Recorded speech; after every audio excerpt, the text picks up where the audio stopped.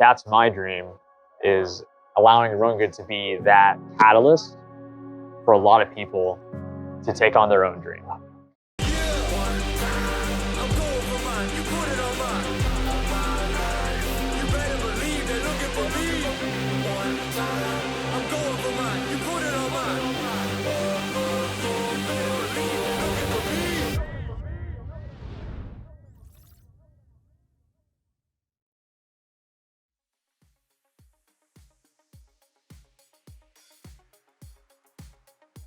So I am leaving today for the RunGood series opener in Southern Indiana, the start of the 2025-2026 season. And I'm going after Player of the Year, and I am 80% excited, 20% terrified. Even with growing my bankroll and it now sitting in a very healthy 5 figures, I still probably don't have what I need to chase RunGood Player of the Year. I'm going to be up against some people who have really big bankrolls who can fire 2, 3, 4, 5 bullets into every event. I'm not going to have that luxury. But I think even firing 1 to 2 bullets an event, I'm going to be very competitive, and I'm only 1 or 2 scores away from having that kind of bankroll. This feels like the start of a very special year. Whether we win or lose, I feel like we're going to have some amazing experiences on this journey that I'm going to look back on someday and say, I wish I could go through that again. There is nothing like the RunGood Poker Series. If you're familiar with like a WSOP circuit event, you walk in and you know that sound of everybody shuffling their chips. It's quiet. You just hear chips shuffling, a bunch of people running around with Bose headphones and backpacks. But you walk into a RunGood Poker Series event, people are laughing, they're cheering. Every time there's a crazy river card, you hear this huge roar and people talking. People are genuinely having a good time, and it makes poker so much more fun, especially when things aren't going your way. Not only are the people fantastic, but I've really enjoyed my time with Mark Slatcher, content manager at RunGood, and founder Tunica, 2 guys who know how to put a great poker tour together. My name is Mark Slatcher. I'm the content manager for RunGood. If you play poker, you should come to a RunGood stop. It's not that we do it better, we just do it different. It's more about camaraderie. It's about having that feeling of a home game, playing with people that you love to play with. I think the best part about this game is that anyone can play it, right? And the thing is, like, you show up at a table, you could be playing against, a guy who is a CEO of a $1 billion company, or you're playing next to, the guy who maybe sold you weed the other day. What makes the RunGood stop so great is that you get the feel of a high-level professional tour with a Player of the Year race and rings and live reporting and getting your pictures taken. But the buy-ins are very affordable for the average person. The live reporting has been huge. Poker News has been with us since day one, and they've really helped us amplify what we've been trying to do here on the ground floor.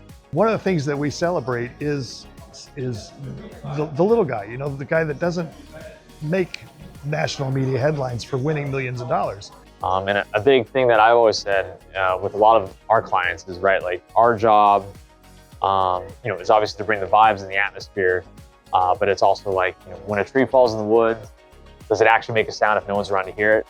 Well, our job is to make sure everybody hears it. So, if you want a $200 event, you're damn sure the whole industry is going to be hearing about it. It's like, we got $1 million we're giving away, but we're doing it, $10,000 at a time.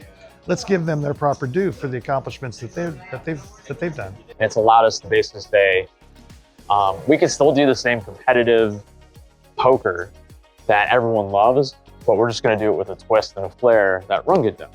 They really are focused on meeting people, connecting, and making sure that everybody has a great time. Come and introduce yourself. Come see me. Tell me who you are.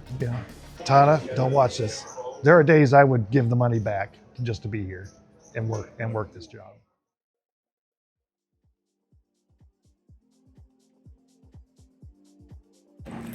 All right, so we got a nice 90 minutes back in the room. Got some administrative stuff done, had some food, relaxed a little bit, and now we're heading back to the poker room for the ambassador event. This is always a crazy event. They have bounties on a bunch of people. They have bonus prizes from swag to buy-ins to different tournaments to straight cash. So it's usually a fun, more laid back event, faster structure. And we've got the deep stack tomorrow. So probably just one bullet tonight unless we bust really, really soon. With these faster tournaments, you don't really come in with a lot of expectations. You're really just kind of hoping that you can get hot, build a stack early, and then take advantage of a lot of the mistakes that happen late in tournaments when people are short stacked. But boy, did we come out hot. Oh baby, what a first 2 levels. We started with 10K in chips. This is a 20-minute levels tournament. We are up to 36.7K. We tripled up with queens. We held with aces. We held with jacks. Sitting pretty, and now it's going to get even more crazy in this next 6 levels. We're coming back at big blind 800. It's going to go very fast, but hopefully we can get this up to about 80 to 100K and start playing for an FT. These 20-minute level tournaments really become roller coaster rides. After about level 6, level 7, the blinds really start cranking up, and you just get in a lot of all-ins. You get in a lot of 60-40s, and that means you can be the big stack and become the little stack and turn right around and become the big stack, just depending on how many all-ins you can win. Wow, we had such a wild run. We got up to 50K and then literally didn't win a hand for almost 2 hours. We just kept getting outplayed, outplayed. Just outflopped, outkicked, whatever. Was down to 14K, 7 big blinds at big blind 2K, and we spun it up to over 100K in the last 15 minutes. So at the break now, we're sitting at 97K, coming back at big blind 4K. Average stacks like 62. We got 25 left and 20K. 6 grand and a ring up top would be a really good start to this series. We'll see what we can do. And this is the point where the excitement really starts to kick in, because you start seeing people bust left and right. You're getting closer and closer to that final table, and it starts to become real. You start to think, like, is this the one? Is this where we get our ring? You're thinking back to the summer and Choctaw, and you're like, we're going to get another shot at this. And because, again, it's a turbo, you're like, one double is so huge. Like, you're almost one double from being the chip leader at any given point. And so you're just looking for that spot that can elevate you and set you up to have a stack that can finish this tournament off. Yo, this is the second event of RunGood, and we are at the final table. 9 left, 6K up top with a ring. We got 16 bigs and a dream. Let's fucking go. So we come to the final table with 16 bigs. We're 5 out of 9. Chip leader has like 20. Everybody's really short. And about the third hand of the final table, I get aces. Let's go. And I get it all in, blind versus a guy with queen jack. And the flop comes king 6-4. So clean, so beautiful. Turn is an ace that gives us a set, and now our opponent has a gut shot. And then right there on the river is the 10. And we're down to 2 big blinds just like that. It was a 34 big blind pot, would have been a huge chip leader. And I'm just like, you gotta be kidding me. So I try to get focused. The very next hand, we get aces again, which I should be excited about, but I'm just like, sure, give me aces now when I have 2 big blinds. We get our aces all in against 10s. Because it can't happen twice. True.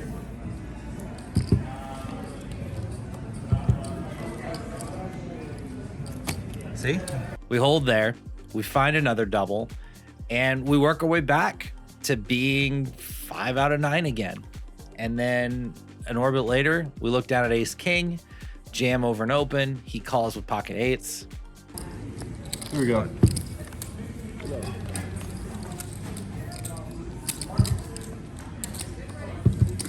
Good luck, everybody.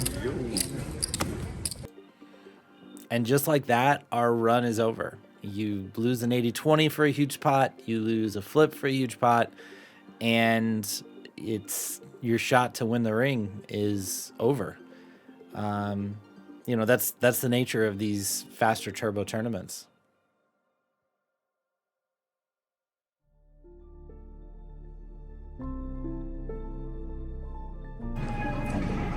Well, we made the final table, and you know, it's funny. Right before I left for this trip, I satellited into the Hydra and the Global, and the second, third hand of the tournament, I got aces all in against ace king and got flushed, and was the first person to bust. And I was frustrated because it's a really big tournament, has a lot of overlay, But I remember thinking, like, it's probably good because at some point in this live poker journey, I'm going to get to a big spot for a big pot and get my aces cracked. And I have to get used to it in the live realm just like I do online. And sure enough, we make it to the final table. I get aces all in against queen jack, king 6-4 flop. I can only lose to runner, and it goes turn ace, river 10 for heaps, and left us with a couple big blinds. We spun it back up, got ace king all in against eights, and couldn't get there. So 7th place finish. The good news is we're on the board. We have our first career run good final table, 2 events in. We've got some leaderboard points. We've paid for our buy-ins today and one of our bullets tomorrow. And there's a lot of poker, so much poker left. This is just a volume game, guys. Like, that's all it is. It's you want to win rings, you make lots of ring final tables. We've had 2 ring final tables in the last 30 days. This won't be the last. And we keep stacking them up. Eventually, the cards will hold and we'll have our special day. Disappointed it wasn't today, but we'll be back tomorrow just as hungry as we were before. One of the things I've really appreciated about the staff at RunGood is just how supportive and encouraging they are when you do go on these runs. I mean, you're going to get disappointed a lot in tournament poker. And, you know, they're there to cheer you up and say, hey, you did a good job. Hey, keep your chin up. Hey, keep going. And it means a lot. And many people don't know this, but when COVID hit and a lot of poker companies were shutting down and casinos were closing, the staff at RunGood was out making a difference. They didn't sit on the sidelines. They actually tried to help.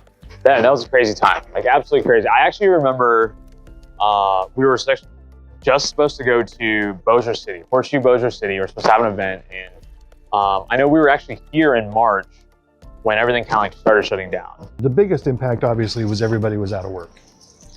The dealers in it were somewhat protected. Most places continued to pay them their base salary, but in a lot of cases that wasn't enough to cover their full monthly expense. When that all clicked and happened, everybody got together, was like, okay, how can we make this survive? I didn't have anything else going on. I consult a number of other companies, but at the time all I was doing was RunGood. So, you know, facing a year and a half's worth of unemployment, we started doing charity. We started charity. It was Keep the Lights On charity.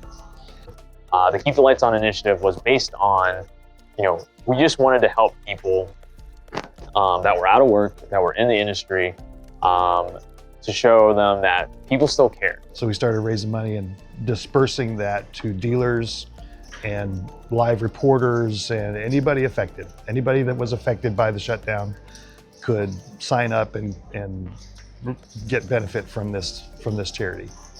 We raised I think over 30 grand or 40 grand to distribute to people. At the same time, we started working with other partners like Boston Rob. We did a cookbook in 2020 for him. We did a Twitch show. We started doing Twitch show, and Runbox Breaks all started up during the pandemic. And we used those funds partially to assist with the charity that we were running for the poker players, but also to have something to do and stay relevant during all of that, right? Because, you know, if you can't make it to a poker tour, you still have online poker, right? But we don't have our own online poker room. So we needed to work somewhere in the space. And those were the things that we did initially. At that point, we wanted to make sure that people felt like they were cared about and also knew that they weren't alone in this endeavor. One of the things Tana did was he asked me to write the manual for our operations. That would give me a couple of months worth of income, right? But also serve as the roadmap. And maybe he knew this, maybe it's just happenstance, but when he started to rebuild, he had that to work from to fill every role. Every property that we were able to convince to come back and open up their poker room, you know, people came back out in droves.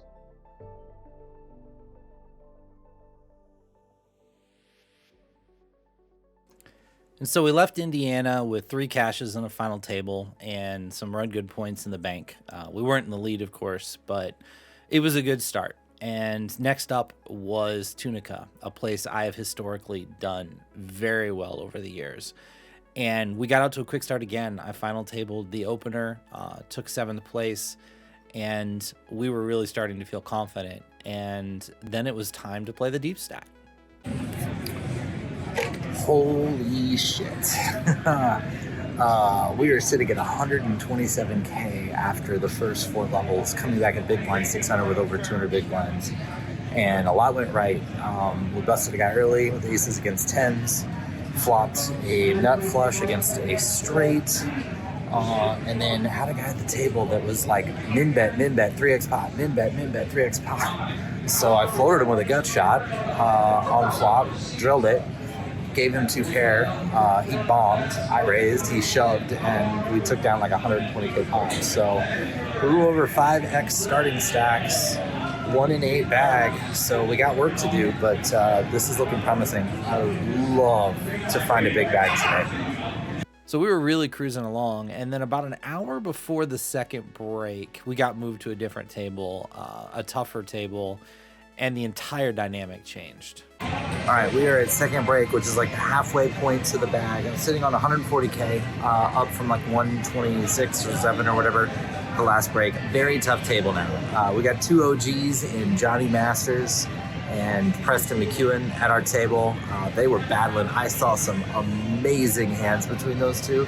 Absolute sick bluffs, and it is a crazy table. It's been fun to watch. But there are not many spots on my table right now, so we're just playing tight, patient, picking our spots, picking off pots when we can pick them off, but not trying to get into like some kind of crazy leveling war. Back at big blind 1500, so we still have almost 100 bigs. We got another 2 hours of levels, a break, and then probably level 16. That's when they bagged this morning. So we got 4 more hours to go. Got to stay focused, got to stay patient, got to stay, unexploited. Like, I can't completely shut down, obviously. Need to continue accumulating, but I don't need to get any like unnecessary 3-bet, 4-bet pots. So just being very careful, especially out of position, taking our time, and making the best decisions possible, and trying to use a tight image to our advantage. So God, I want this bag. It'd be great. Let's see what we can do. And if I'm being honest, I probably got a little starstruck. Definitely got too passive after the second break. The aggression just ramped. People were going at each other, and my instinct in those spots is just to pull back and let everybody hash it out. The problem is the blinds kept getting bigger and bigger, and I kind of got in this awkward spot where like I thought I could cash and bag and wanted the points, but didn't want to be reckless, and there weren't a lot of fold equity spots, and we got to like within 3-4 of the bag, and I'm sitting with less than 20 bigs, and that's always an uncomfortable spot to be. Oh my God, I was still shaking. Oh my God. I don't have words right now. Like we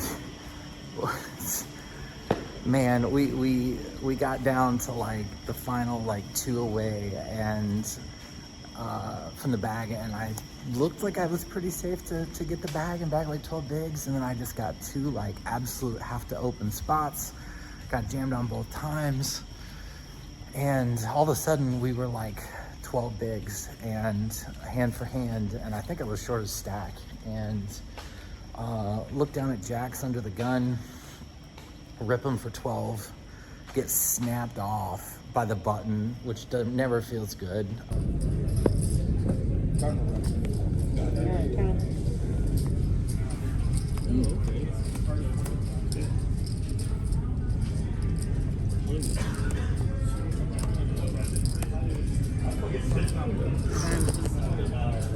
Fortunately, he had 10s. We pipped him and doubled.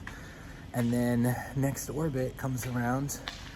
He's up to like 14, 15 bigs and shoves button. And I look down at jacks in the big blind. And I know it's a call, but like if I lose this hand, we're going to have like 3 big blinds. And I've been playing since noon, and I do not want to be the stone bubble. So I took a deep breath and called. He had king 9. We flopped top set. He turned a straight draw, but we held. So we're taking 234K to day 2. It's 2 in the morning. You too, buddy. I got an hour drive back to Sean's, get some sleep, hour drive back here, and we're gonna be playing for like 20K tomorrow, so.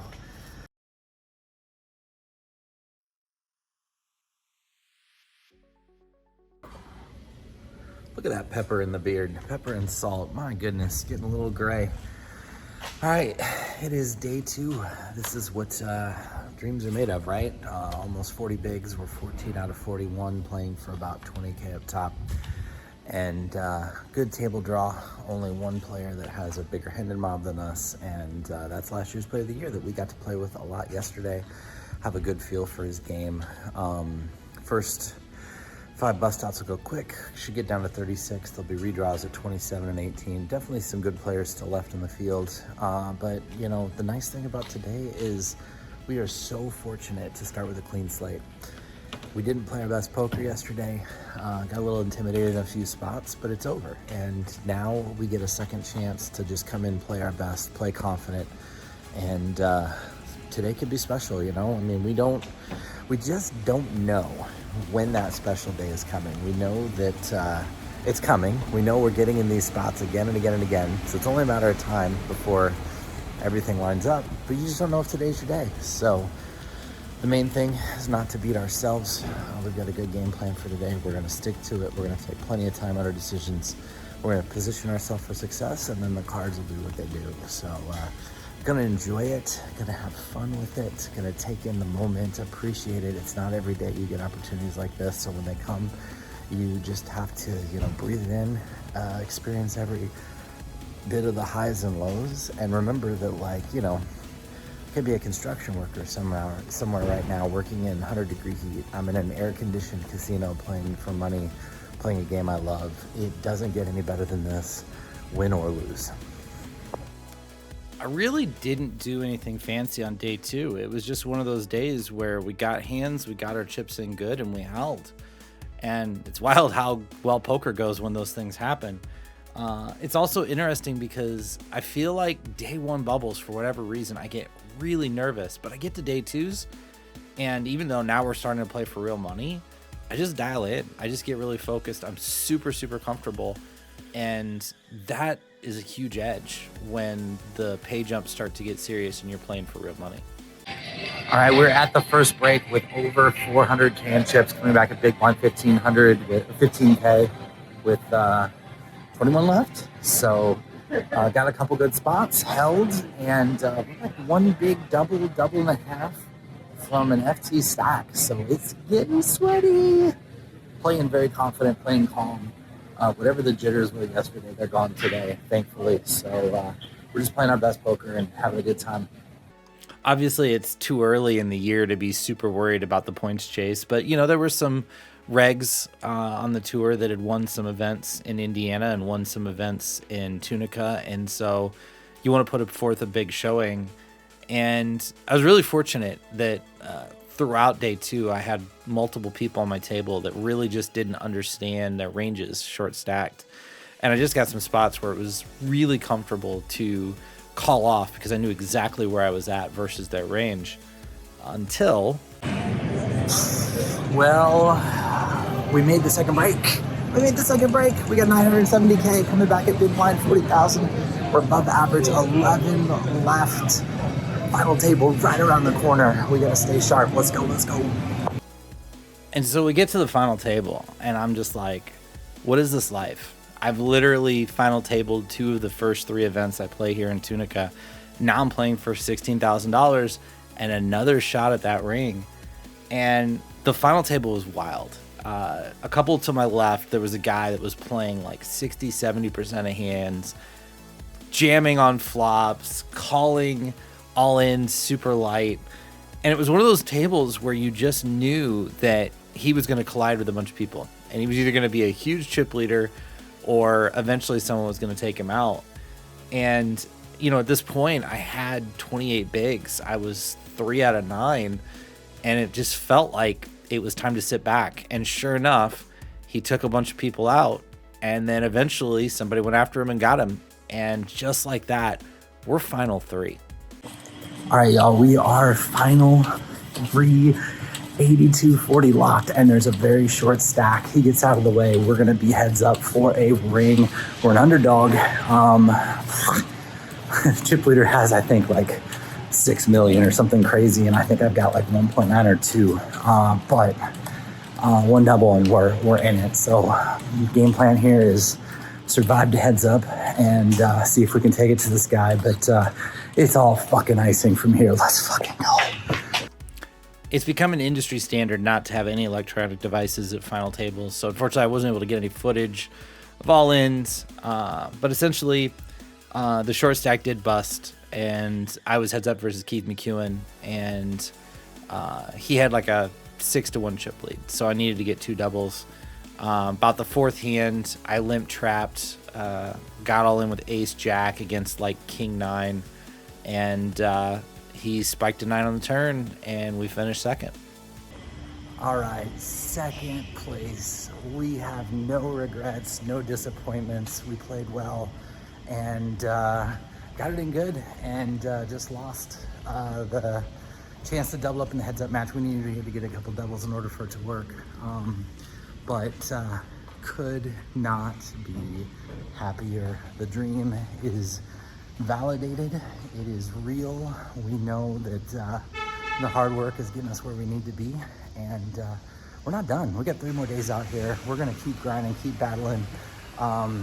There's so many big things ahead, so we'll keep rocking. Something that has always been, I've believed in, is that, you know, your legacy or somebody's legacy isn't necessarily built on what they've done, but who they've helped grow to continue on once I'm done.